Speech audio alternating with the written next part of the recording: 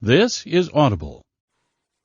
Augusto Pinochet, The Life and Legacy of Chile's Controversial Dictator.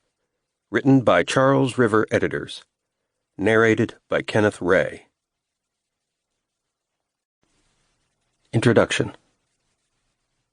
Not a single leaf moves in this country if I'm not the one moving it. I want that to be clear. Pinochet. For much of the 20th century, South American countries, in large part, lived under a system of military junta governments. The mixture of indigenous peoples, foreign settlers, and European colonial superpowers produced cultural and social imbalances into which military forces intervened as a stabilizing influence. The proactive personalities of military heads and the rigid structures of such a hierarchy guaranteed the strong man, commanding officer, an abiding presence in the form of executive dictator. Such leaders often bore the more collaborative title of president, but the reality was in most cases identical. Likewise, the gap between rich and poor was often vast, and a disappearance of the middle class fed a frequent urge for revolution, reenergizing the military's intent to stop it. With no stabilizing center, the ideologies most prevalent in such conflicts alternated between a federal model of industrial and social nationalization and an equally conservative structure under privatized ownership and autocratic rule drawn from the head of a junta government. Whichever belief system was in play for the major industrial nations of the continent, a constant bombardment of foreign influence pushed the people of states such as Chile, Brazil, Argentina, and others toward overthrow in one direction or the other. From the left came Stalinist influences from the Soviet Union and Castro's Cuba, while the German World War II model and an anti-communist mindset from the United States worked behind the scenes to upset any movement toward extreme liberalism. The reign of Juan Peron in Argentina became the most iconic such arrangement to the Western observer, but General Augusto Pinochet's 17-year rule over Chile after an American-supported coup in the 1970s proved the most enduring and the most resistant to eradication by subsequent leaders of an opposite bent. Pinochet himself openly bragged, "My library is filled with UN condemnations." By combating Marxists and Communists during the Cold War, Pinochet ensured that he would at the very least remain undisturbed by America, even as he carried out policies that would be labeled tyrannical by any objective measurement. As writer Jacob C. Hornberger put it, while analyzing appraisals of Pinochet based on political background, "Terror in the name of fighting terror is a grave criminal offense against humanity, no matter what economic philosophy the state terrorist happens to hold." Having achieved unusual longevity, and with new legal cases being opened well past his death in 2006, Pinochet has continued to play a part in Chilean politics through a vast array of unfinished business surrounding his political life. Indeed, nearly 30 years after Pinochet's reign ended, the Chilean dictator remains as controversial as ever, and he is often held out as the foremost example among critics of American intervention in the political affairs of other nations in the hemisphere. Augusto Pinochet, The Life and Legacy of Chile's Controversial Dictator, looks at the life of one of the most notorious Latin American leaders of the 20th century. Chapter 1. Early Years. The man who would dominate life in Chile showed no signs of heightened ambition, and indeed his apparent lack of ideology may have been what led him to the presidential palace in Santiago. Born Augusto José Ramón Pinochet Ugarte on November 25, 1915, in Valparaiso, Pinochet was the eldest of 6 children. His father, Augusto, was of French ancestry and served as a relatively anonymous customs inspector. His mother, Vera Angelina Ugarte Martinez, of Basque descent, was similarly a middle-class government worker. Augusto Sr. never saw military action, and the couple assumed the quiet life of intellectuals. All signs pointed toward their son following a similarly non-military path. Pinochet was educated in large part by Marxist-oriented priests at the Rafael Ariztía Institute, and his 2 attempts to enter military college both ended in rejection. He would later credit his upbringing in Catholic schools at the Institute and with the French Fathers School in Valparaiso for his deepened understanding of regional and national politics. Eventually, it was Pinochet's mother who influenced her son to continue pursuit of a military career. His personal persistence, fed by such encouragement, finally opened the doors to the military school of Santiago in 1931, and he graduated in 1936 as a second lieutenant, having shown a good deal of military acumen not previously recognized by the higher-ups. As a commissioned officer, Pinochet gained several diverse appointments, which began with a 1937 stint in Concepcion. In 1940, he entered the military academy, but his studies were interrupted by a temporary assignment in the coastal region of Lota. Returning to the school in the next year, Pinochet was appointed Chief of Staff. On January 30th, 1943, he married Lucia Iriart, the daughter of an attorney and, by most accounts, a radical senator. In the same year, his daughter Inez Lucia was born. It is said that Lucia attached an imaginative sense of inspiration to her husband's pragmatism by likening him to Roman heroes such as Lucius Quinctius Cincinnatus, who saved the state on 2 occasions. Her children, in fact, were named after similar historical figures, such as Augusto and Antonio. In time, Pinochet came to draw parallels between himself and Cincinnatus. Although not initially inspired to pursue a political or military path, Lucia purportedly possessed enough ambition for the 2 of them. 1948 saw Pinochet in his first executive position as commander of a regional prison camp. He later observed that it was during this tenure that he first began to lean significantly toward an anti-leftist ideology, citing a recognition of the truly diabolical attractions of Marxism. By 1951, Pinochet brought those right-oriented beliefs with him as a new instructor at the Military War Academy.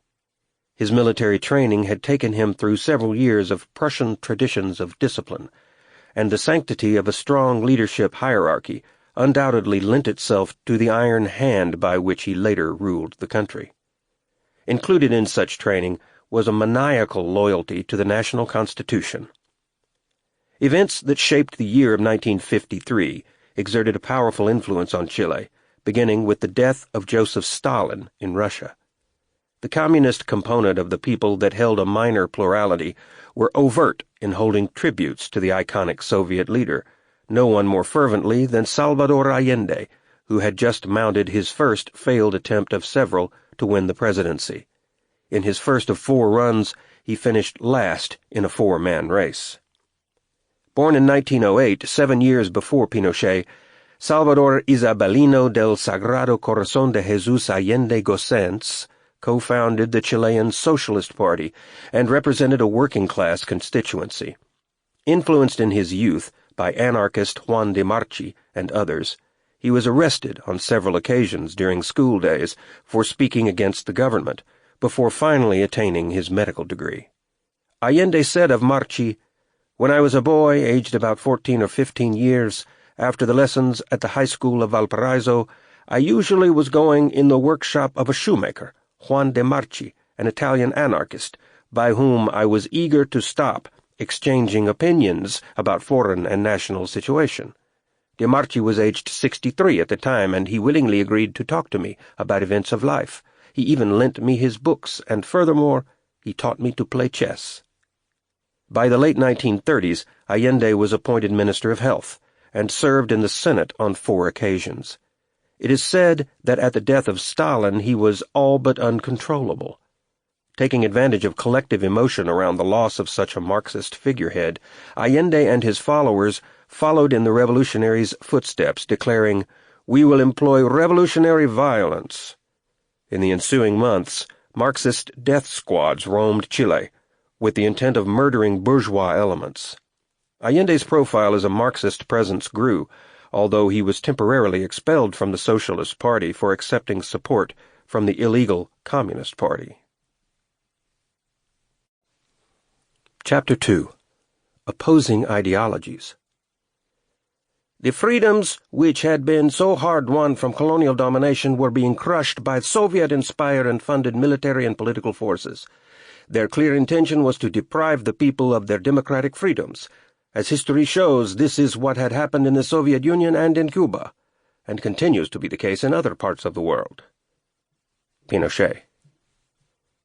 As Allende's fire for revolution increased, Pinochet went in quite the opposite direction, ideologically and geographically. In 1956, newly begun law studies were interrupted when he was chosen to aid in the establishment of a war college in Quito, Ecuador. He remained there for well over 3 years. The project stemmed from mutual interests that favored encroachment on land belonging to neighboring Peru. Chile had taken the formerly Peruvian Atacama Desert, rich in mineral resources, while Ecuador had taken much of their Amazonian forest. In Quito, Pinochet studied history, intelligence, geopolitics, and geography, writing prolifically on these and related subjects over time, including the texts used for the military academy. In addition to smaller efforts, he went on to author 5 books on politics and warfare, even producing a volume on the history of war in the Pacific, although one critic, whose politics are unknown, accused him of plagiarism. By the time Pinochet returned to Chile in 1959, however, the rise in power among the Marxist left stood in stark contrast to the increasingly conservative military officer who had become, by all accounts, a crack shot and held a black belt in karate. As Chile went left, Pinochet went right, leading a highly disciplined Prussian life devoid of smoking, drinking, or other stereotypically self-destructive behaviors, and he became a master soldier in the process. In 1963, he was appointed subdirector of the War Academy, and within the next 5 years, he so impressed the upper leadership of the Marxist government that he was promoted to brigadier general in 1968.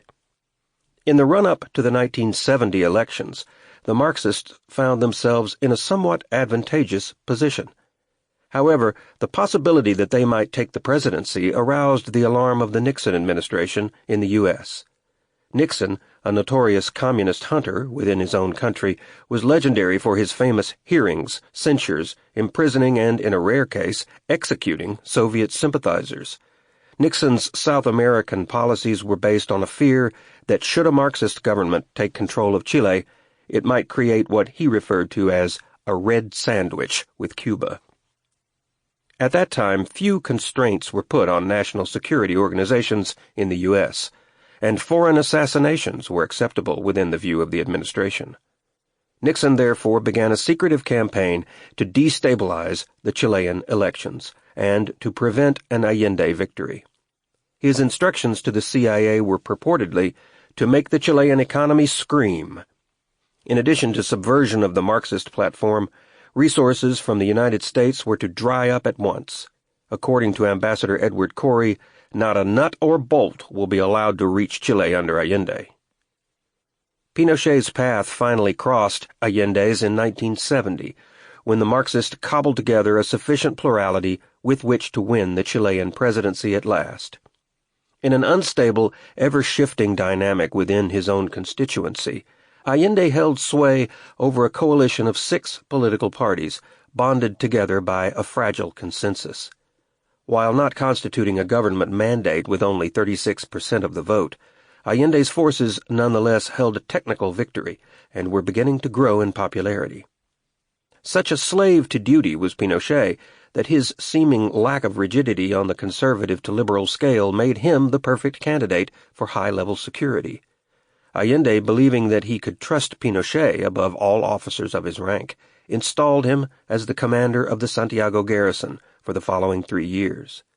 Despite Pinochet's evolution into a staunch conservative, his legendary discipline and loyalty to the existing constitution made him appear the least open to having his head turned by ideology. Further, with no protestations or signs of resistance coming forth from the new general, Pinochet gave the appearance of owning no particular passion for ideology at all. He was a military man, and thus served the master who appointed him. Chapter 3. The Coup. The armed forces have acted today solely from the patriotic inspiration of saving the country from the tremendous chaos into which it was being plunged by the Marxist government of Salvador Allende. The junta will maintain judicial power and consultantship of the comptroller. The chambers will remain in recess until further orders. That is all. Pinochet, after the coup. In the beginning, such a notion seemed to bear itself out. Pinochet, as Allende's man, dutifully put down opposition to the Marxist leader wherever it could be found. He imposed curfews set by the president, and he arrested anyone who broke them, regardless of affiliation. As Pinochet put it, "I will not tolerate agents of chaos, no matter what their political ideology." Allende was most impressed by his new protector's seemingly neutral stance, and such a perception brought Pinochet a promotion to general under the left-wing Popular Unity government, a strange landing place for a newly formed conservative. Still, Pinochet did, over time, manage to assassinate several figures from Allende's circle early on in the new position, and whether all the orders came from Allende himself is doubtful. Allende's swift moves toward nationalization and his anti-private business habits must have alarmed Pinochet, but he did not reveal it outwardly. Opposed by virtually all business interests in Chile, Allende made good on wage increases of up to 40%, and companies were not allowed to raise prices. The sweeping nationalization of industry under Allende included major foreign interests, such as U.S. copper mines, and in matters of foreign policy, he re-established relations with Cuba, China, and the German Democratic Republic. Despite warnings from leaders such as China's Zhou Enlai that he was moving too quickly toward pure communism, Allende did not slow his pace. Whatever effect this might have had on the Chilean people, the U.S. administration was prepared to move far more quickly in coaxing a revolution as quickly as possible. It was said in hindsight by some that in the days of Allende the rule of law prospered, but in real political terms, that might not have been the case.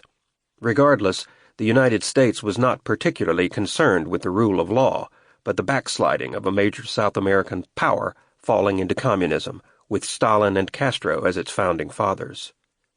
Rhetoric coming out of Washington was alarmist, but the greatest threats were more covert than public. That work was for clandestine groups at the president's immediate disposal. The U.S. sent Operative Michael V. Townley to Chile under the alias of Kenneth W. Inyart, with the purpose of disrupting the Allende government in any way possible. Townley was accompanied by Aldo Vera Serafin, an experienced fellow agitator. In a real sense, Townley, a skilled assassin for hire, was already a fit in Chile's structure. Having moved there with his family from Waterloo, Iowa, where he was born, his father was the head of Ford Motor Company in Santiago. Once settled, he worked for Chilean intelligence before forging a strong link with the CIA. Townley also carried on an alliance with the Cuban group Chicago Junta, which disbanded the day before the JFK assassination. Townley operated under strict instructions from Secretary of State Kissinger to force a coup upon the minds of conspirators and the people at the earliest date possible, but to hide the American hand at all costs. The operatives were given enough resources to command a task force specifically devoted to bringing down the presidency of Salvador Allende. Those who were deemed uncooperative among the Chilean staff, even upper-level military men in their home country, were vulnerable to attack by the U.S.-installed agitation group. General René Schneider, chief of staff for Pinochet, was approached about assisting in a coup against Allende, but refused. On October 22, 1970, Schneider's car was ambushed, and he was shot multiple times, dying soon after in the hospital. If the U.S. was alarmed at the idea of a communist takeover of Chile, they were not seeing phantom threats. Only weeks before the coup of September 11, 1973, Chile was filled with both Cuban and Soviet operatives. Virtually hundreds of KGB personnel were traced and identified where possible. With full knowledge of the foreign Marxist presence in his home country and an absolute awareness of the available resources of the United States, Pinochet's course of action was confirmed. To his conservative mind, the Chilean population was looking up the locked and loaded muzzle of a Stalinist takeover. To Pinochet's advantage, Allende appointed him commander of the army on August 23, 1973. It was the general custom in Chilean politics that the armed forces stand aside from political crises, but the breaking point was reached by an insistent Pinochet who was appalled by the shattered economy and the sight of people in the streets. He believed that Chile stood at the crossroads of an all-encompassing civil war should the Marxist forces carry the election, and many agreed that the country faced a peremptory or imminent loss of human lives between 500,000 to 1 million should the election go unchecked. Pinochet's fears of such an internal conflict and a foreign-led military intervention were not overestimated. In an affair known as the Cuban Packages, an illegal smuggling operation conducted through several of Allende's ministers, gifts began to arrive from Fidel Castro. Flown in by Cubana de Aviación in 2 installments per week and hidden in diplomatic pouches were caches of automatic arms, grenades, and ammunition, flowing to a small revolutionary army. During the 3 weeks following Pinochet's appointment as commander of the army, U.S. operatives, such as Townley, continued to do their work in resistance to an election favoring the Marxist government. The covert task force undermined the sitting administration in every way it could, most effectively through strikes in the trucking industry. Allende's government was helpless to control the expropriations of land with such entities operating on their own. The nationalization of foreign copper interests had been a major issue of the presidential campaign, resulting in a constitutional amendment passed by unanimous vote. The crippling strikes, sparked by the U.S. task force, withheld the land and the industry from Allende's reach. On September 11, 1973, the bloody revolution in Chile began, as the usually passive army began to shell the Moneda Palace, the residence and office location of the Chilean presidency. Pinochet ordered and publicly led the shelling, even with the president inside the walls. Unable to access his covert units for rescue, Allende made one final radio broadcast, described by one observer as heartbreaking, from the besieged palace. In it, Allende stated, "The Grand Avenue will open again, through which free men will pass to build a better society." A short while after, Allende died of a fatal gunshot wound. Arguments, after the fact, have contested the manner of his death, but Allende's personal physician testified that the president committed suicide, and that claim has come to be the general consensus. Either way, Allende, the Marxist who had promised to lead Chile down the democratic road to socialism by way of duplicating a Soviet and Cuban model, gave way to a revolution comprised of renegade military forces led by Augusto Pinochet, covert foreign groups agitating within Chilean conservative elements, and spurred on by dire economic conditions. The coup of September 11 took little time to complete, and resistance to Pinochet's action throughout the country was negligible. In radio broadcasts, he claimed without hesitation that a combination of socialist and communist forces, political and paramilitary, had joined in a coalition to take over Chile, and that the only available solution was an authoritarian government that has the capacity to act decisively. The institution of political parties was immediately banned, and they would not return for at least a generation. Labor unions suffered the same fate, and strikes of any kind were forbidden. Trusted military officers were disposed throughout the country to serve as mayors of villages and towns, and up to 10% of the judiciary members were dismissed from their posts for representing liberal positions. The beginnings of an arms industry in Chile was personally established in the coup's aftermath. Chapter 4. The Junta. I am going to die. The person who succeeds me also would die. But elections you won't have. Pinochet. Named to a 4-man military junta in the form of a governing council to lead the country, Pinochet was soon established as the most powerful of the 4 military branch heads, and as the junta's spokesman. With the country attuned to his voice, he initiated an immediate clampdown on the Chilean Communist Party, claiming that Allende had for all intents and purposes held a permanent spot on the Soviet payroll, for which he should be formally condemned and exposed for systematically destroying democracy. Part of the revelation was the Chamber of Deputies' claim that Allende had supported covert armed groups, had committed torture against political opponents among the people, had conducted illegal arrests, had rendered the press mute from the local to the national level, had confiscated private property for the purpose of nationalization, and had forbidden people to leave the country based on their ideological persuasion. A vigilant Pinochet instituted the habit of micromanaging political and cultural affairs down to the local level. He monitored the arts and even barred motion pictures such as Fiddler on the Roof, because, at least in his view, the film portrayed Russia in too kindly a light. In his obsessive hovering over all matters, he was fond of saying, "Not a leaf in Chile moves without my knowing it." Pinochet's coup and subsequent government was not only a move against the spread of communism in Chile, he expressed a similar distaste for what he termed orthodox democracy as well, which he described as being too easy to infiltrate and destroy. Within days of the coup, at Moneda Palace, a series of purges were set in motion under Pinochet's direct orders. The most iconic of these actions was termed the Caravan of Death, a widespread dragnet executing prisoners already held in numerous provincial villages. Pinochet dispatched a delegation of military men to the provinces, both in the north and the south. He was said to have been personally annoyed by soft commanders allowing the legal process to drag on with their prisoners. Under the direction of General Sergio Arellano Stark, the action was, in Pinochet's words, dedicated to imposing a uniform criteria in the administering of justice for prisoners.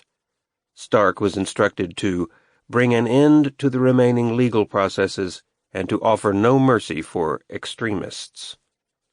Among the earliest arrivals of the caravan was in the town of Antofagasta on October 19th, a little over a month after the coup.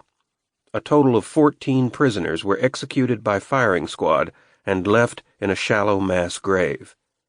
Through the month of October, 16 additional towns were visited, with a total of 97 prisoners killed. Once the coup was complete, Pinochet handed a list of 71 names to General Stark and ordered him to guarantee their elimination. The Caravan of Death proceeded from town to town by helicopter, and names of those eliminated were crossed off Pinochet's list within a matter of days. New prisoners were taken in large numbers, beginning a 3-year regimen of torture and executions, and held in every conceivable venue. The National Stadium itself was converted into a publicly overt prison camp. Military bases and naval ships were used as slaughterhouses for those on the wrong side of the Marxist conservative question, and bodies were routinely dumped in mine shafts, unmarked graves, and along the coastline into the Pacific Ocean. During this time, the term disappearing someone caught on as a catchphrase. On the naval ship Esmeralda, a 400-foot-long, 4-masted boat, well over 100 prisoners were detained, including 40 women. The ship was launched in the early 50s as a naval training vessel, but after 1973, a wide array of torture was employed on board, including rape, electric shock, mock executions, and severe beatings. A British-Chilean priest, Father Michael Woodward, was taken off the vessel and tortured separately from the rest. He died in transit to the local hospital and was believed to have been buried in a mass grave under the road leading away from the port. Said one victim, "They tortured people with no sentiment. They enjoyed it." Those directly inflicting the torture were caught up in the delirium and often dressed in party regalia, wearing black masks. Chapter 5.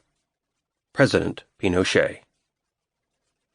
The country is safe because we have a good intelligence service. Pinochet. We practically wiped this nation clean of Marxists. Pinochet.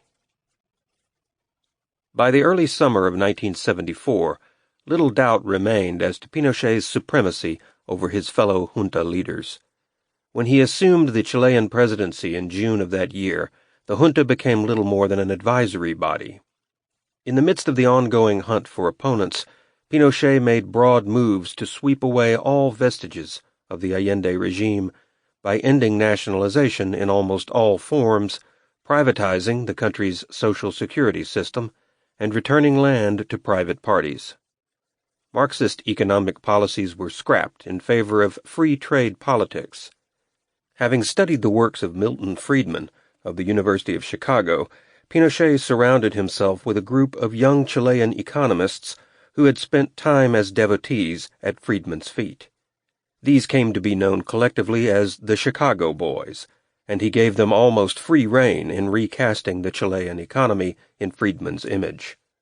For his part, Friedman would later say, "I have nothing good to say about the political regime that Pinochet imposed. It was a terrible political regime. The real miracle of Chile is not how well it has done economically.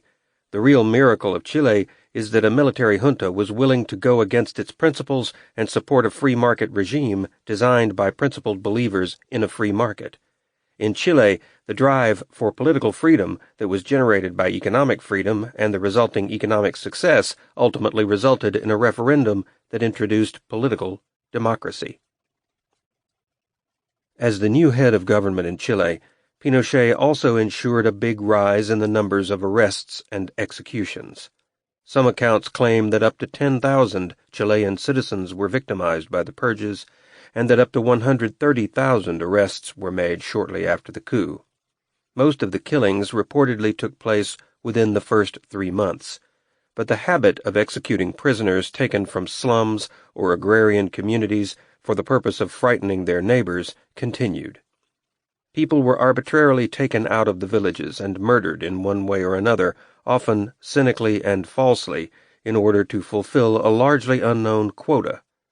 The national stadium swelled to full capacity, and of the thousands taken there, the famous protest singer Victor Jara was one, presumably executed with a group of others in late 1973.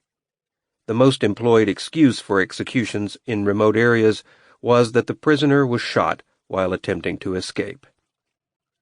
It became clear that operatives from the United States were still in Chile following the overthrow and turning to other work for which they were originally engaged. Michael Townsley's services for the Pinochet cause continued as an assassin tracking down dissidents, some high level, who had fled Chile during the coup. Staging an auto bombing in Buenos Aires, Argentina, Townley and his group assassinated Chilean General Carlos Prats and his wife on September 30th, 1973, and they very likely organized the assassination of former Chilean Minister Orlando Letelier in Washington, D.C. Long after Townley's work was finished, others were serving life sentences in Chile. He, however, was freed and entered into a witness protection program in the United States. It is widely speculated that he is still alive. Townley, in retrospect, was discovered to be but a small part of a continent-wide operation involving numerous powers in South America. With its birthplace in Paraguay, a multinational intelligence organization spread through lower South America as one state after another fell to military dictatorships. Most of Pinochet's activity, chasing escaped dissidents, occurred between the years of 1975 and 1977.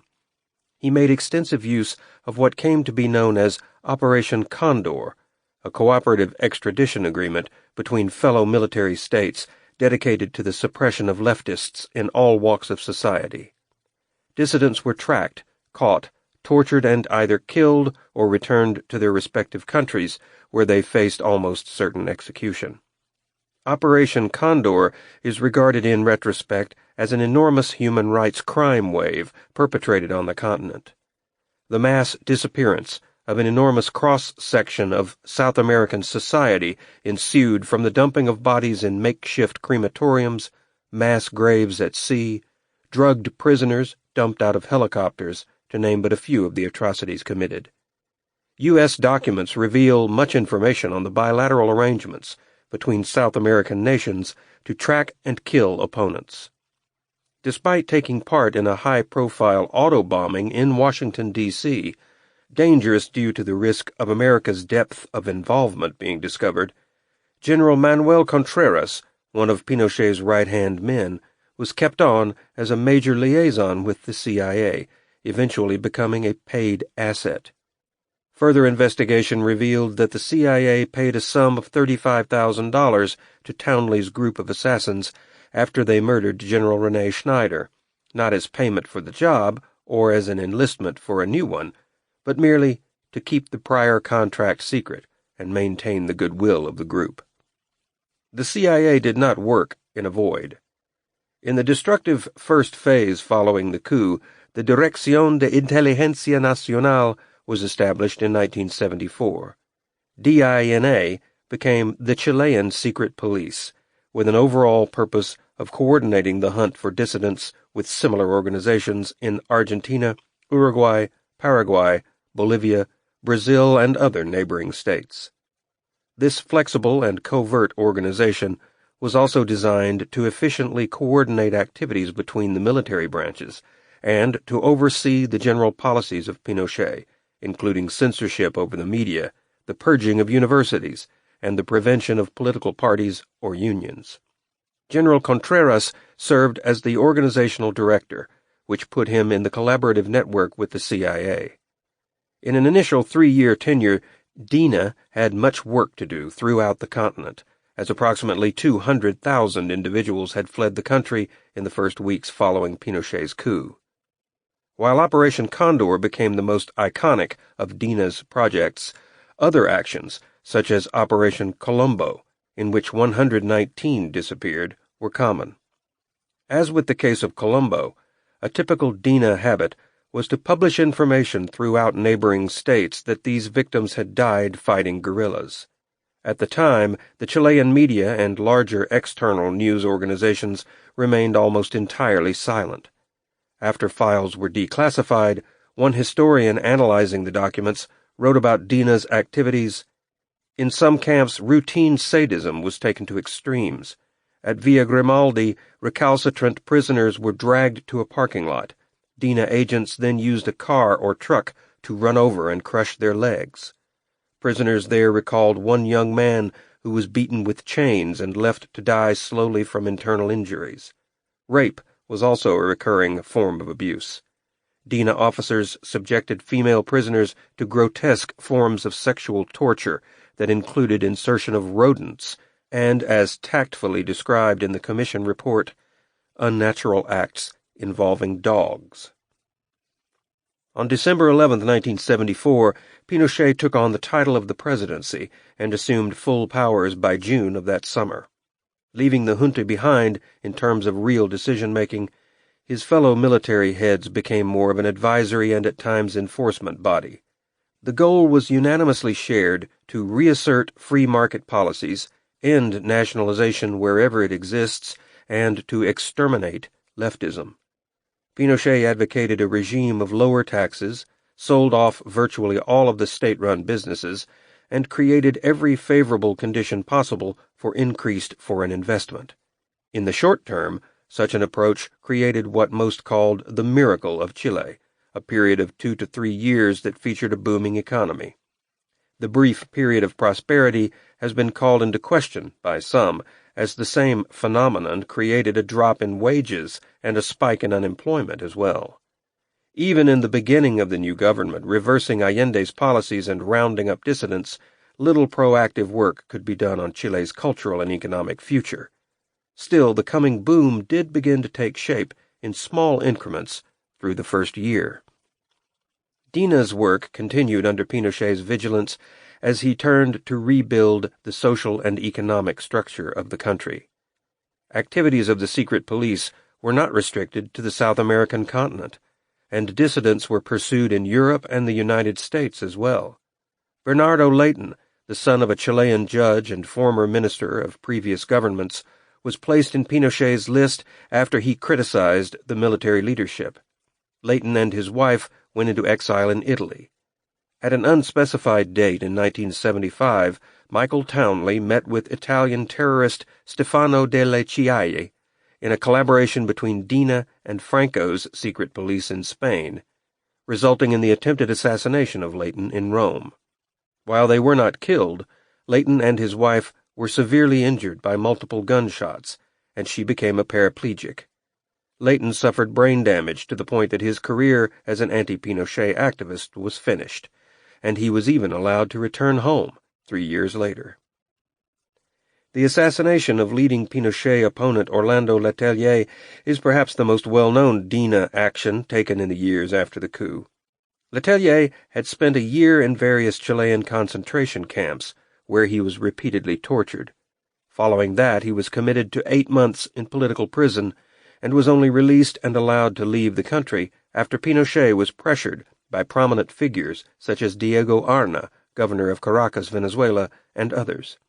He was told by his releasing officer not to assume that he would be safe out of the country, and was warned that the arm of the Dina is long. Letelier relocated to the U.S. and joined the think tank Institute for Policy Studies, lobbying the U.S. Congress against Pinochet. At one point, the new Chilean president signed an order revoking Letelier's nationality. On the morning of September 21, 1976, as Letelier drove to work with his assistant Michael Moffett and Michael's wife Ronnie in the American capital, a car bomb detonated at 9:30 a.m. Letelier and Ronnie Moffett were taken to the hospital, where both died. Michael escaped out the rear of the automobile. Through the mayhem of the revolution's first 2 years, Pinochet is retroactively seen by many as the antagonist and the creator of the general scenario. Respected analysts, however, characterize Pinochet as a natural outgrowth of an existing and unsustainable situation. By 1973, Chile is said to have been beset by a confused utopian left, an inflexible, short-sighted center, and an uncompromising, selfish right. With the term democracy as a workable concept in either a socialistic or conservative framework, the coup that overthrew Allende was carried out against one of the longest-standing democracies in the region, one with the pre-existing conditions for precisely what Pinochet provided. His methods have been described as gratuitously barbaric, but offensively successful. But it is largely agreed that as a symbol of the revolution, he summed up the faults of a generation. By the 3rd year of the revolution, Pinochet must have felt comfortable enough with his public favorability rating of over 75% to relax on some points. That year, a subtle change of mood overtook the government, accompanied by modest political liberalization. Nearing the end of the coup's most brutal aftermath, the purges began to taper somewhat in 1978, and Pinochet was able to move forward at an accelerated rate. Even the Dina was disbanded, although it was re-established under another name, La Central Nacional de Informaciones.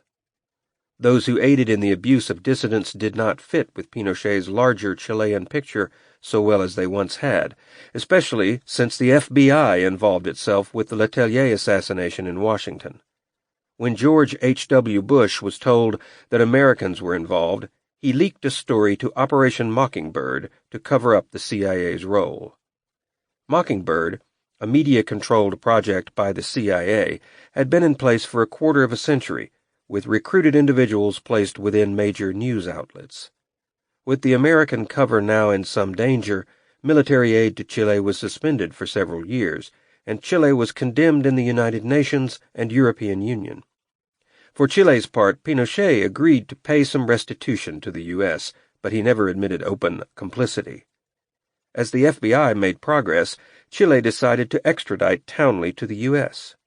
The assassin, originally hired by the U.S. government, confessed that he had hired 5 anti-Castro Cuban exiles to bomb Letelier's car. All 5 accomplices were indicted, and Townley, who was to be convicted in the bombing, implicated General Contreras and General Pedro Espinosa, Dina's director of operations. It was Espinosa who admitted under much pressure that Pinochet was personally involved in the attacks. Contreras and Espinosa went to prison in Chile. Despite some public enlightenment on what had transpired in the preceding 3 years, the covert CIA involvement continued, with over 400 operatives working in Chile and assisting in the privatization of the social and welfare system. Pinochet set strict limits on economic policy, refusing to return in any way to statist measures. However, similarly to the way in which the Marxist plan had failed, so did the conservative approach, in a widening gap between the rich and poor, often a precursor to social upheaval. The wealth gap rivaled only Brazil on the South American continent. No one could act to balance Pinochet's view, since political parties were still forbidden, and Congress was dissolved. The 1925 Constitution was scrapped for another to be installed in 1980. The new Constitution would undergo far-reaching revisions throughout the following decade, but for the time being solidified Pinochet's power in the country, guaranteeing that he would remain in the presidency for 8 more years. At that time, a plebiscite, a national referendum on his continued tenure in office, was to be held. It guaranteed a gradual and legal path toward democracy and installed a binomial electoral process, but provided amnesty laws for all military officials. The junta's power was sustained under new terminology as political arbiters, guarantors of institutionality. The Constitution's legitimacy was to be questioned from all sides, since the spectrum of Chilean political views was not consulted by the president. Chapter 6. The 1980s. This is not a dictadura, dictatorship or hard rule, but a dicta blanda, soft rule. Pinochet. Sworn in again on March 11, 1981, Pinochet took immediate steps to establish private pension accounts, one of the first governments to do so. After a 3-year period of deep recession that ended in 1983, soup lines began to disappear. The gross national product rose toward the 6% mark during the miracle of Chile, thanks in part to leverage exerted by the U.S. over Pinochet. Chile simultaneously experienced a drastic drop in infant mortality during those years. The economic boom, however, almost never got its chance, as widespread protests and rioting broke out in 1983, and films such as Missing were released, the story of 2 Americans among the disappeared, Charles Horman and Frank Teruggi. Nationwide protests brought on another wave of repression, as Pinochet responded with strong aggression. In 1986, despite the economic upturn, old resistance groups who had withstood the purges reemerged, such as the Manuel Rodriguez Patriotic Front, the FPMR, or El Frente. Named for a hero of the Chilean War of Independence, the organization was formerly the military component of the Chilean Communist Party. An assassination attempt was made on Pinochet in 1986 as he was driven from his country home. The car was ambushed, but Pinochet's driver sped off in reverse, eluding the conspirators, and Pinochet was unharmed. The incident cost the lives of 5 bodyguards, with 22 wounded. In retaliation, Pinochet's police arbitrarily abducted 4 communist-leaning citizens from their homes, killing all 4. The failed assassination threw El Frente into a state of internal crisis, and the organization announced in the same year that it would abandon peaceful protest in favor of violent opposition through sabotage, despite their small membership. Chilean communist leader Volodya Teitelbaum announced on Radio Moscow that 1986 would become the year of titanic battles. One such projected collision included a general strike on July 2, 1986, in which an army patrol retaliated by seizing Rodrigo Rojas, an 18-year-old photographer and son of an exiled Chilean mother with whom he had been recently reunited in the U.S. Also attacked was Carmen Quintana, 19, an engineering student at the University of Santiago. Both were set on fire.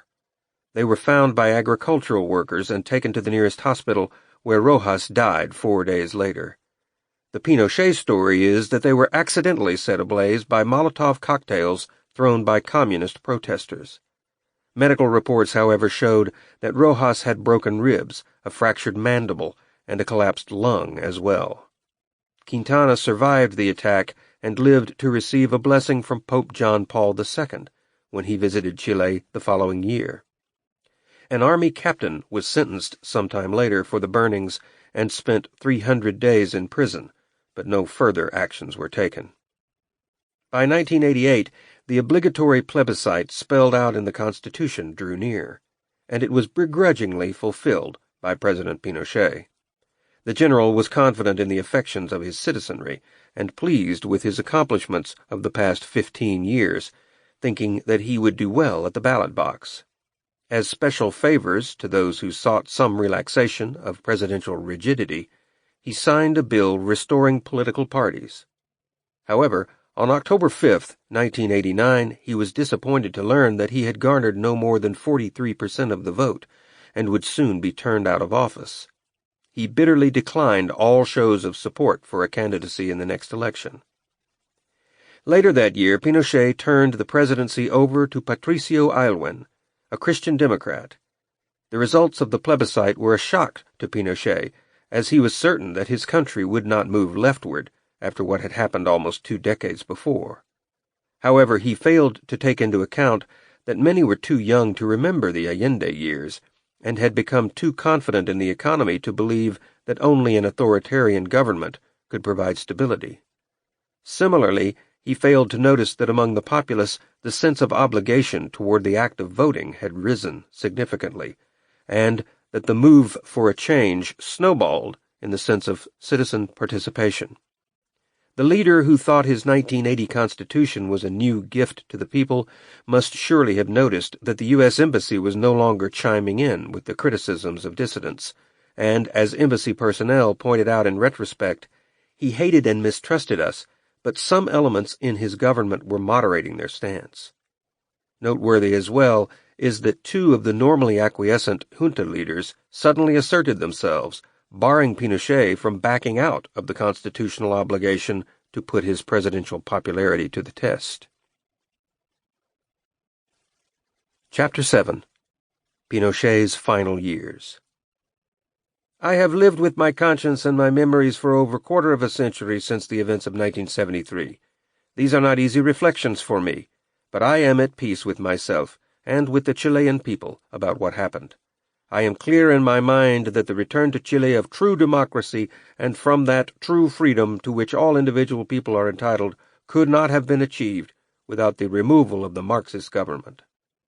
Pinochet. He shut down Parliament, suffocated political life, banned trade unions, and made Chile his sultanate. His government disappeared 3,000 opponents, arrested 30,000, torturing thousands of them.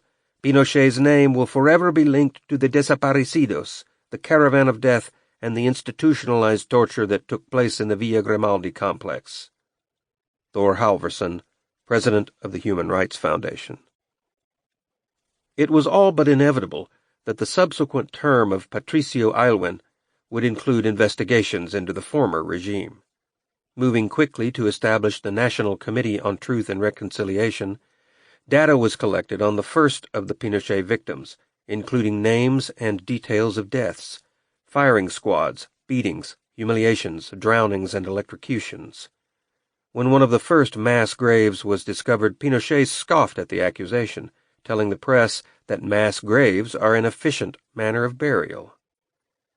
The first of several investigations into charges of financial corruption against Pinochet took place in late 1990, as the committee looked into what has been called the Pinocheques affair. 3 checks made out to the eldest son of Pinochet, totaling $3 million, were claimed to represent the sale of Valmoval, a small arms company with Swiss roots. Pinochet's name was not listed under the company's books, and he had no apparent connection with the company in any official capacity. The weapons sales were intended for the Chilean army, where the elder Pinochet still carried significant clout. In December, he strode into Army headquarters and placed the 57,000-man force under alert, and only then asked for an end to the investigation. When Pinochet occupied the presidency, he was able to easily thwart legal threats to his security forces. Even as he slipped into his controversial new role as senator for life, as the Constitution guaranteed, protecting his former agents became more difficult.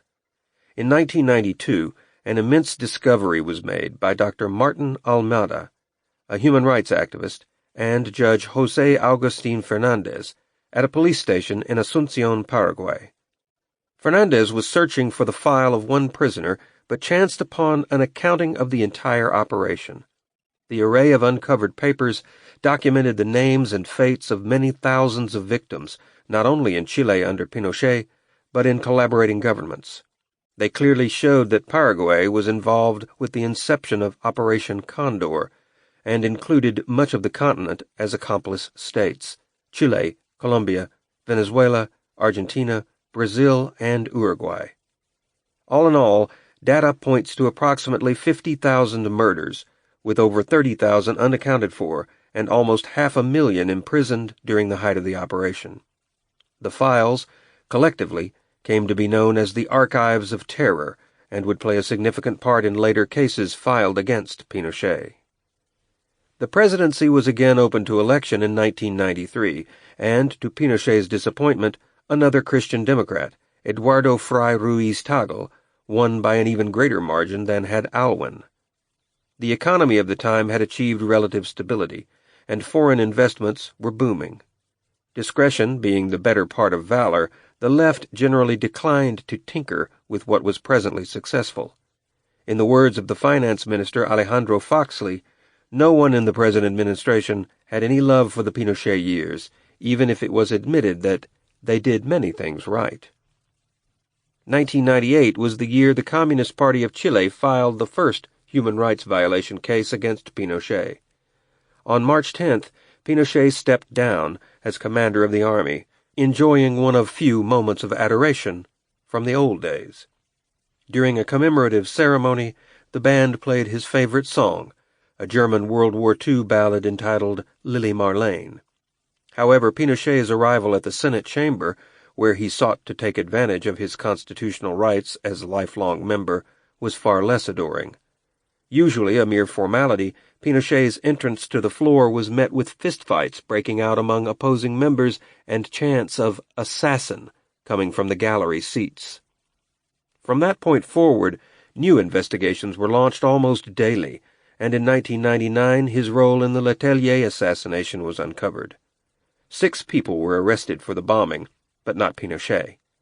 For the former president, it was the perfect time for an overseas goodwill tour, and no one at the time appreciated him any more than Margaret Thatcher's Britain.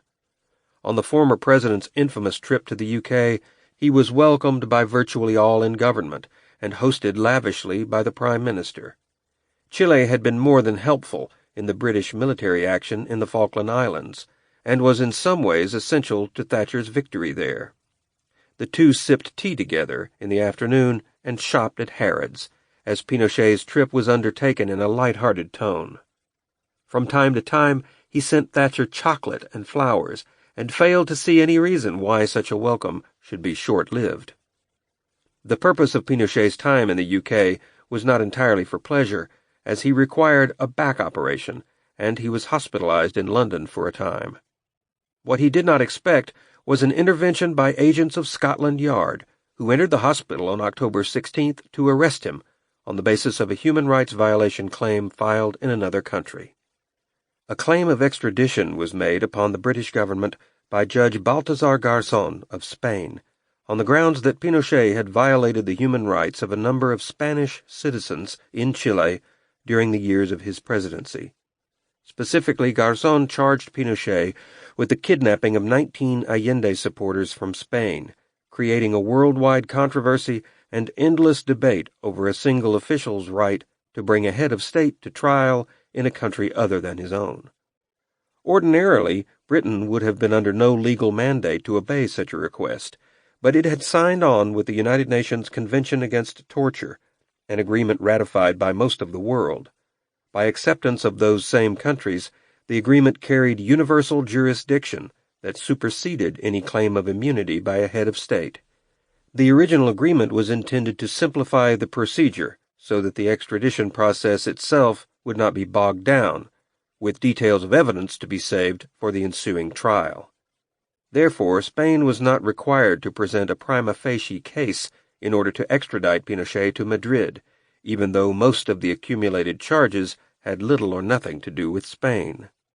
The Pinochet arrest became a sensational news item throughout the world, and the debate was endless, as if the case represented a tectonic shift in the budding field of international law surrounding human rights cases.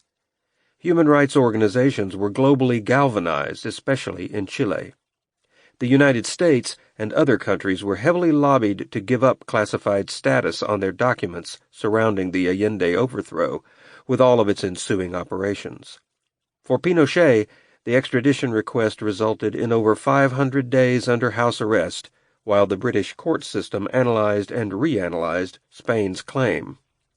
Tensions mounted in Chile between Britain and Pinochet supporters, and for Thatcher's government, the relationship of the late 90s was an uncomfortable one. Later in 1998, 5 law lords reached the conclusion that Pinochet should be stripped of his immunity, ostensibly agreeing with Spain. That ruling, however, was set aside when one of the lords was found to be linked with the Amnesty International organization, rendering the panel's decision moot. In 1999, a panel of 7 judges voted 6-1 that Pinochet should be extradited, but that he should not be prosecuted for any charges that occurred before 1988. Before extradition was enacted, however, Pinochet was declared mentally unfit for trial, and Home Secretary Jack Straw eventually released him for a return to Chile on compassionate grounds. In a sense, being released to return home was anything but compassionate. Not only had the case with Spain become a locus classicus for the new human rights legislation and an outcry among victims for justice, but the formal authority Pinochet had once enjoyed was no longer a feature of the political culture established by his successors. Upon his release on March 2, 2000, and his return to Chilean shores, over 600 cases were filed against him.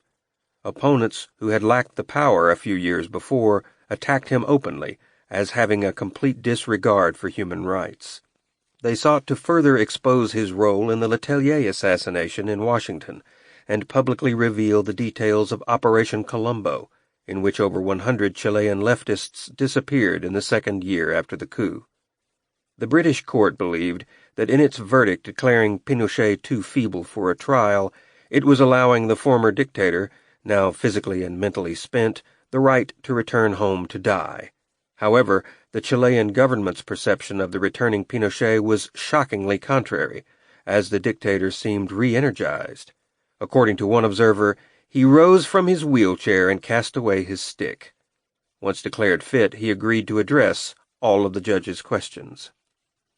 Only days after his return, however, Pinochet suffered further disappointment, as Ricardo Lagos assumed office, the first socialist to preside over Chile since Salvador Allende.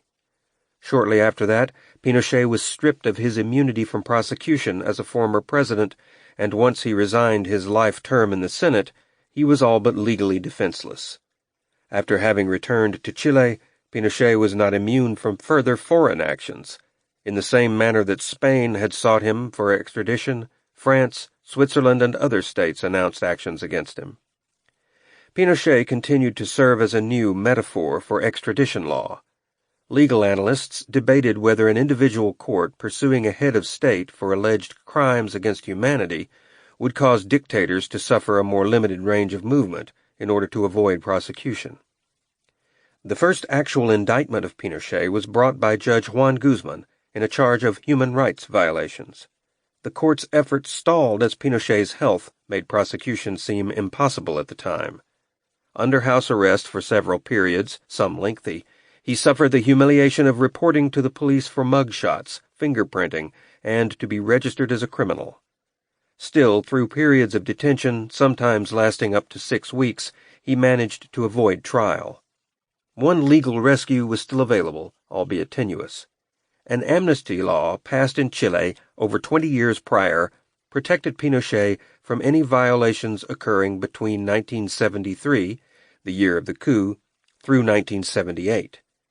Providing such a law was respected by the government of 2001, the worst 3 years of Pinochet's abuses could be removed from consideration.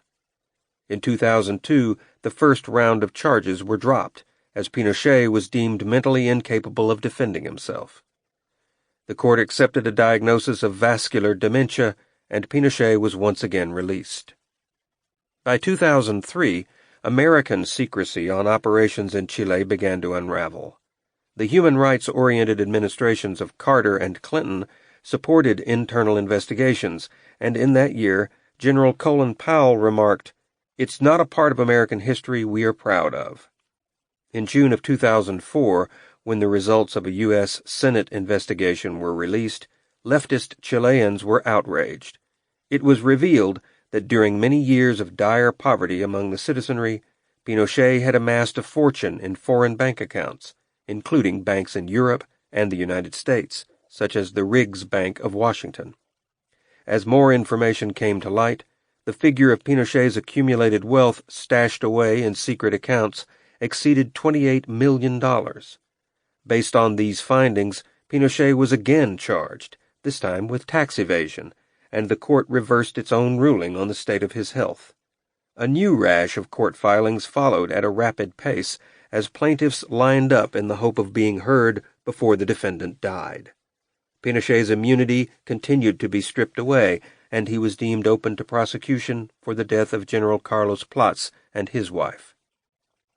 At the end of 2004, a new round of human rights charges were prepared as the National Committee on Political Imprisonment and Torture confirmed at least 35,000 cases of such abuse. In 2005, the Chilean Supreme Court removed Pinochet's immunity from illegal financial dealings, and in a blow to the amnesty law upon which he relied for protection, the court did the same in the case of 119 disappearances. Ascribed to Pinochet's direct orders, bodies of the victims were found 2 years after the overthrow of Allende in neighboring Argentina. The financial scandal, triggered by discovery of Pinochet's foreign accounts, expanded to his entire family in 2005, and his wife Lucia was charged with tax evasion by the Chilean Internal Revenue Service, along with his son Antonio. In time, every member of the immediate family was met with the same charge. Judge Sergio Munoz demanded that Pinochet's wife remain under detention at Santiago Military Hospital. While the financial activities were under investigation, a parallel charge of false use of passports remained pending. The final period of house arrest for Pinochet lasted up to 1 month before his death, as the court prepared to proceed on murder charges involving 2 Allende bodyguards.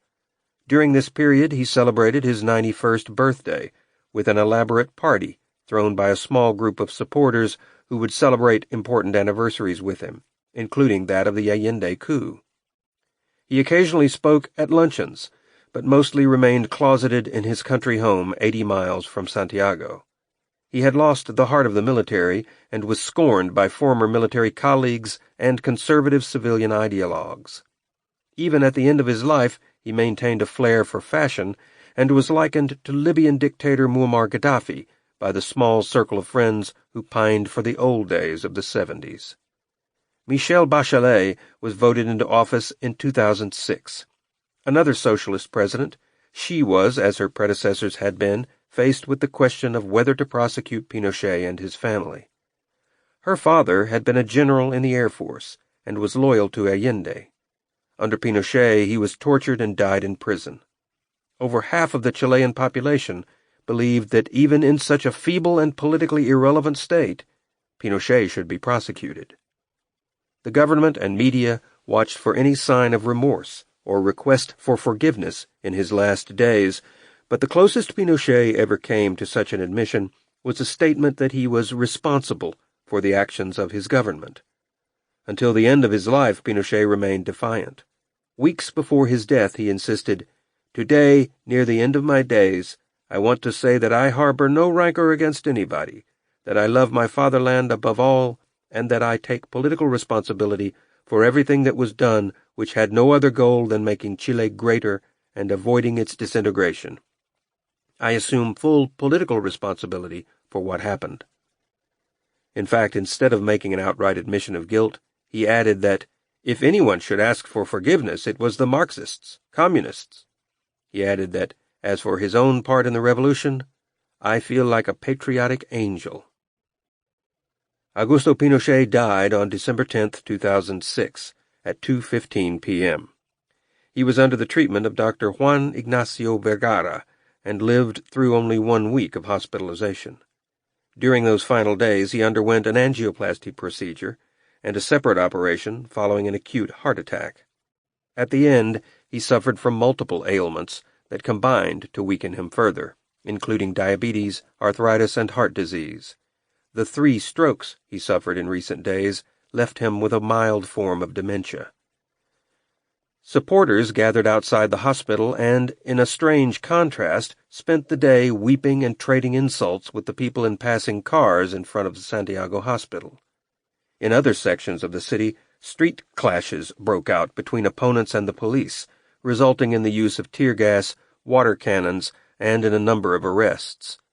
Some marked the day of Pinochet's death as particularly ironic, given that December 10th was also International Human Rights Day. At the time of his passing, 2 human rights cases and 1 charge of tax evasion against him were still pending.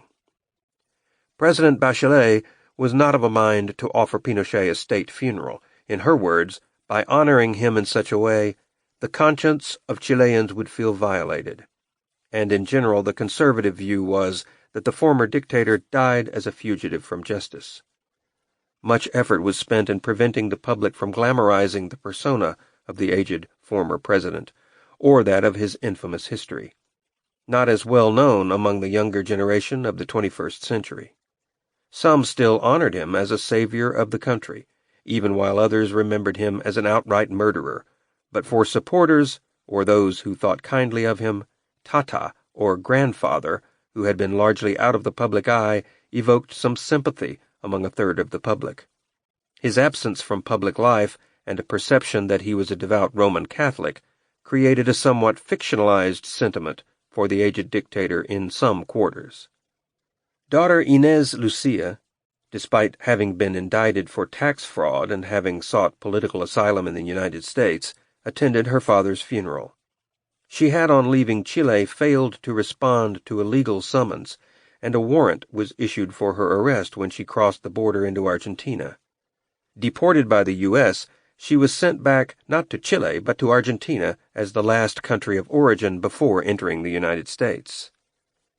The funeral featured a glass-covered casket, by which more than 60,000 mourners slowly processed.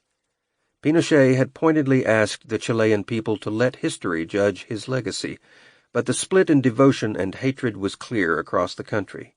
Another 3,000 gathered to commemorate Salvador Allende, and the family requested that no one from the socialist government attend. Defense Minister Viviane Blanlot was the only attendee from the present regime, and she was booed loudly by Pinochet devotees for her presence. But Pinochet's youngest daughter, Jacqueline, helped to break the ice by shaking Blanlot's hand.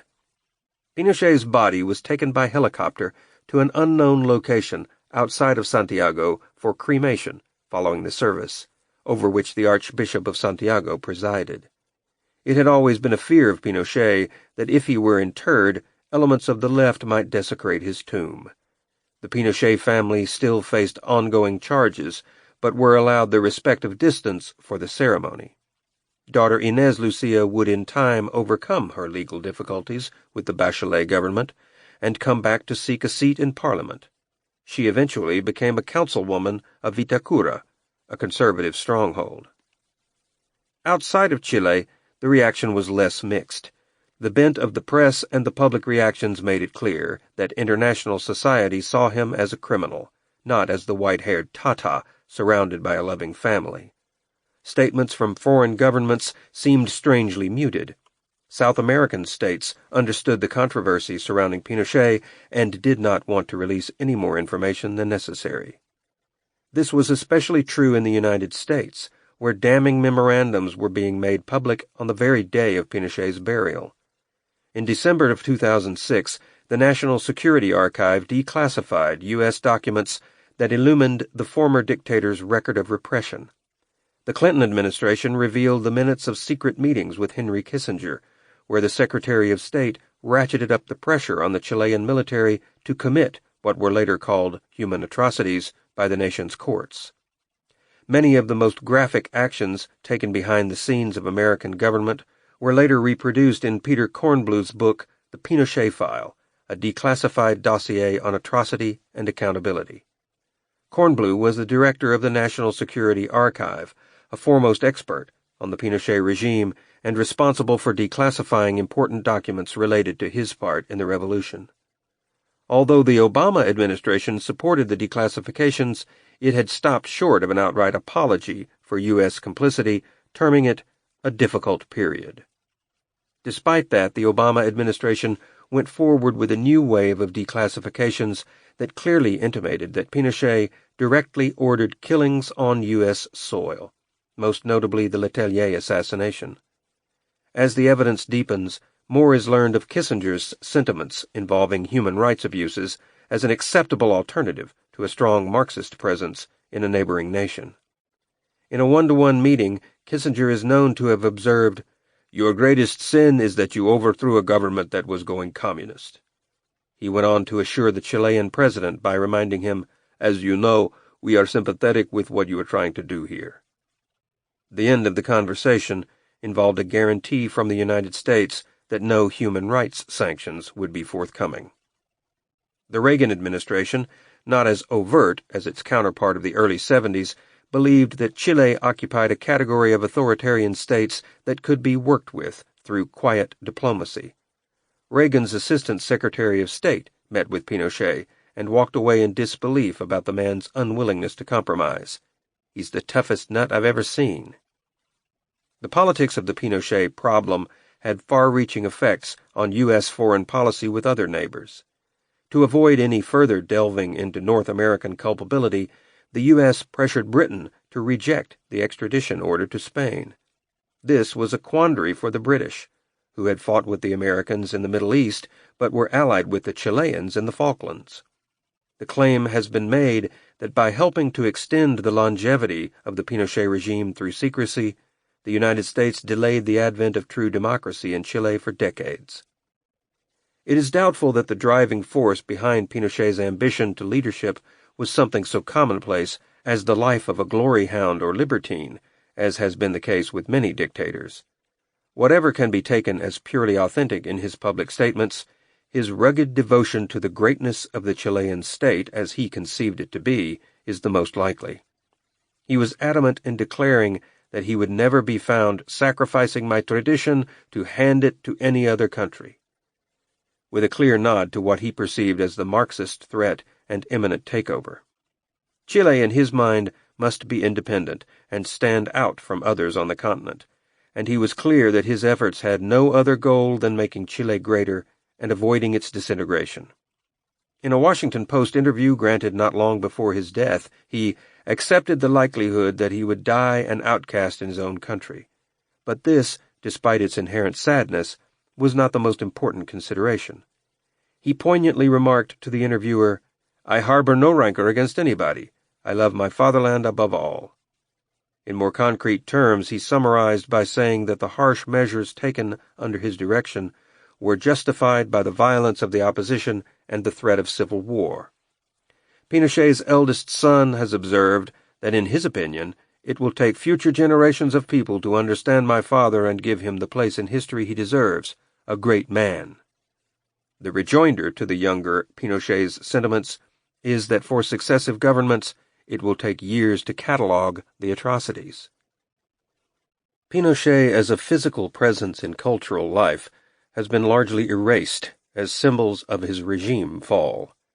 The September 11 Avenue in Santiago is now New Providence Avenue, and medals that bear his likeness have been altered. Congress debated a bill introduced by a communist lawmaker entitled "No Street Will Bear Your Name." While a library bearing Pinochet's name still exists at the Military War Academy in Santiago, Bachelet allowed it to remain as an educational tool of Chile's history, rather than a promotion of one ideology or another. Not trying to impose an interpretation of history, just recounting the facts. And yet some claim that although it commemorates the fallen heroes, The mistakes of the regime are unmentioned in an effort to sanitize the historical truth, and that none of it mitigates the inexcusable barbarity of Pinochet. With various memoirs published by soldiers and witnesses of the era, and with the release of revealing American documents, state secrets from Pinochet's era are shrinking rapidly, and as a cultural phenomenon, what were once sites devoted to torture and murder have become tourist attractions. Bachelet continued to reverse Pinochet-inspired legislation, such as labor laws that restrict the right to strike and heavily privatized education. Major alterations to the state constitution through the years go far beyond the rate of amendment in any other state on the continent, and to praise Pinochet openly in public carries the stigma of a national taboo. An outcry in the Congress broke out when a member requested a moment of silence for Pinochet on the 8th anniversary of his death. Furthermore, a dossier on General Ariano Stark, Pinochet's right-hand man, has since gone public and offered proof that Pinochet himself ordered the murders of 21 political prisoners during the Caravan of Death. With the public continuing as a split society on the Pinochet matter, he is regarded as a historical figure with neither tomb nor heirs. However, despite its reversal of fortunes, the Pinochet family has not abandoned the political life within areas of Chile where conservative popularity remains high. As of 2014, reports claim that Pinochet's grandson was forming his own political party based on the principles of conservative-style patriotism and an anti-gay platform. However suppressed the expression of support for Pinochet is within Chile and outside it, it continues to exist in one form or another. For example, one analyst cites what he perceives as the exaggerated vitriol devoted to the revolution compared with other historical upheavals. The blatantly disproportionate allotment of wrath focused on this man. William Jasper of the National Observer sought to remind readers that Pinochet is not in history's major rogues gallery, because he has never been forgiven by communists for that heroic act of overthrowing them. In his statement that had there been a Pinochet leading in 1918 Russia, or in Germany of 1933, the people would have been better off, he claimed that the deaths of innocents were largely the communists' fault. Pinochet, says George Reisman of Mises Wire, is no angel, no soldier can be, but he was certainly no devil. Conservatives share a deep belief that Allende was guilty of massive electoral fraud, and that his administration was packed with Serbians, Soviets, international communists. Some suggest that in the coup, one supported by the Chilean people, Pinochet actually acted with restraint. Conservative writers point out that although Pinochet inflicted some necessary personal damage, many of those who died or suffered were preparing to inflict a far greater number of deaths and a vastly larger scale of suffering on their fellow citizens in a hostile leftist takeover. A mainstream conservative talking point suggests that the actual power that Pinochet possessed from the time of the coup through the establishment of the new constitution has been grossly overestimated, and that he never attained the supremacy attributed to him. The viewpoint further claims that the commanders of the assisting branches within the junta retained significant powers, and this viewpoint was actually echoed by a comment Pinochet made while being detained in 1998, that he was only an aspiring dictator, I was never a real dictator. Moreover, it is widely felt that Marxists who claim that the miracle of Chile was of a shallow nature, a fact revealed by its eventual collapse, are not only denying the fact of Pinochet's rescue of the economy, but camouflaging their ideology's basic flaws in the pursuit of economic health. The process of forgiveness, unable to move forward due to lack of remorse and official admissions, has otherwise proceeded only through the passing of generations and natural changes in political sensibilities. Protests in 2015 at the arrival of the Esmeralda in Britain for the Tall Ships exhibition, for example, clearly suggest that although information has come down from national archives, public questions at the grassroots level have yet to be answered. As one protester suggests, It is unjust to expect victims to forgive and forget when the perpetrators do not express regret and remorse.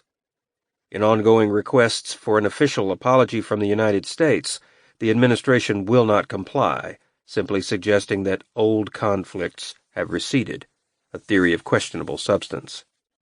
Writer Jorge Edwards, however, points to milestones of progress on several fronts, and advises that to move forward may require a wise dose of memory and forgetfulness. At least, says Edwards, the case of Pinochet has pointed toward the end of impunity for heads of state by cutting off the global escape routes that were available in past eras.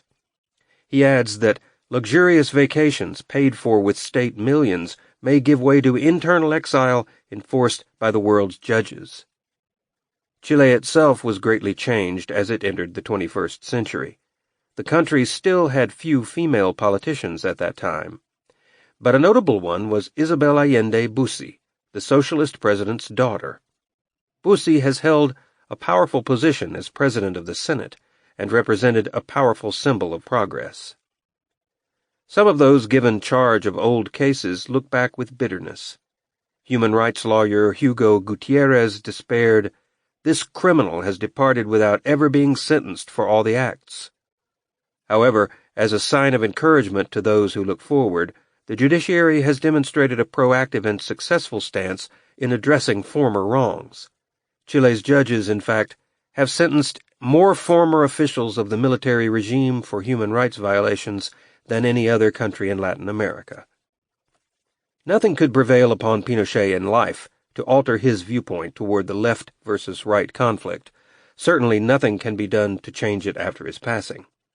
As a rare political and military phenomenon, it is said that Chile never produced in nearly 2 centuries of independence a man with more acute political nose or one with more talent for intrigue. Pinochet's remark that people considered him a dictator because he had a sour face represents a style of glibness with which he minimized and deflected the consequences of his action. Such a comment, however, is a mere symptom of personality and does not represent a core belief from which modern Chile must move forward.